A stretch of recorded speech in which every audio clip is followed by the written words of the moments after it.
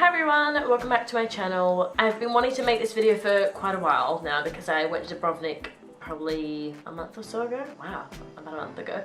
And I've just been uploading all my vlogs from there, so make sure you go and check them all out because I vlogged every single day. We were there for 4 days, so definitely make sure you check those out because that will sort of give you like a little guide of where to eat, what to see, what to do, where to stay. Before I continue, don't forget to subscribe to my channel. I make new videos every week, so don't forget to subscribe wherever the button is because you don't want to miss out. So I thought I would film this video in particular because a lot of people had been saying that Dubrovnik was really expensive and overpriced. I think Croatia is typically not really an expensive country. It's not really known to be expensive. And this video is just going to be about how to save money in Dubrovnik, how to do Dubrovnik on a budget. The thing that I noticed was that there was lots of very expensive restaurants there, so I did struggle to find that more like just a more casual sort of in-between place. Let's get into the video. To save on transport, my first tip would be to get the airport shuttle from the airport. It only costs about roughly £4.80, is a lot cheaper than getting an Uber or taxi, some other sort of mode of transport. I think that only took half an hour and it was super easy. There was like a little booth where you can go and buy your tickets. And then when it comes to when you're in Dubrovnik, I mean, you can just walk around everywhere. Depends on how far away you're staying. You can catch buses and stuff like that. We actually did catch an Uber when we stayed at the beach and we were further out of the town, and it was only like £4 worth if we wanted to go into the town.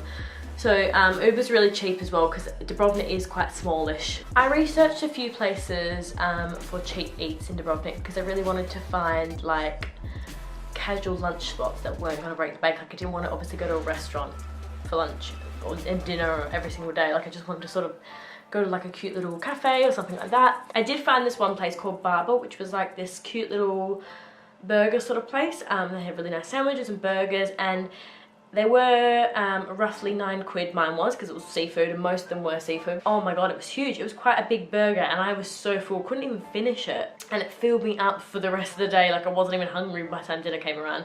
So I definitely think that's quite good value for money. When it comes to food, another tip of mine is to make your own food at your Airbnb or wherever you're staying. That's why I like to stay at Airbnbs, because they have kitchens and you can just sort of make your own food. I think if you go out for a big meal at lunchtime, sometimes at night you don't really necessarily want to spend money or have another big meal. It's sometimes good just to go to the supermarket and pick up a few supplies and have something small, and then maybe you can just go out for a drink afterwards if you still really want to go out. I think some people don't really like to do that because I think, well, it's a huge part of when I go away I want to try all these different foods and stuff. But I think depending on where you're going, I mean, we were there for 4 days, that's 8 meals that we could have. I mean, you don't really need that many to try out all the dishes to a certain degree. I really wanted to try mussels, dirty macaroni, and squid ink pasta. So what we did was we went to a restaurant and we just ordered those 3 dishes and shared them. So we actually got to try all of those dishes all in one go at one lunchtime, and then for the rest of the trip I didn't really have anything in mind that I was oh my god, I have to try that. So it's I got that all over and done with in one meal. So that's why it's good just to make your own stuff sometimes, because I think you don't actually need that many meals to try all these different things. When it comes to activities, I mean, there's lots of activities that you can do that are fairly cheap. I mean, we went to LOKRUM, which is a little island near Dubrovnik, and we had a picnic. We just bought our own supplies and made our own little picnic and made sandwiches and stuff because we didn't really want to have to rely on an overpriced restaurant on the island. And then also we wanted to go up the mountain, Fort Imperial, to go see the view of Dubrovnik, and also just for something to do. So when I looked at the cable car prices, it was what was it? It was £18 return, and I was just no. So instead of going up the cable car and coming back down the cable car to see the view, we actually decided to hike up the hill so that we can get to Fort Imperial, whatever it's called. It was a bit strenuous. We brought walking shoes and proper leggings and stuff like that, so we were ready for a hike, and we saved money. We got to see a really cool view and we had a really great experience hiking up the mountain and got a bit of exercise, and it was just really, really fun, and it cost nothing. Free activities, picnic, hike up a mountain.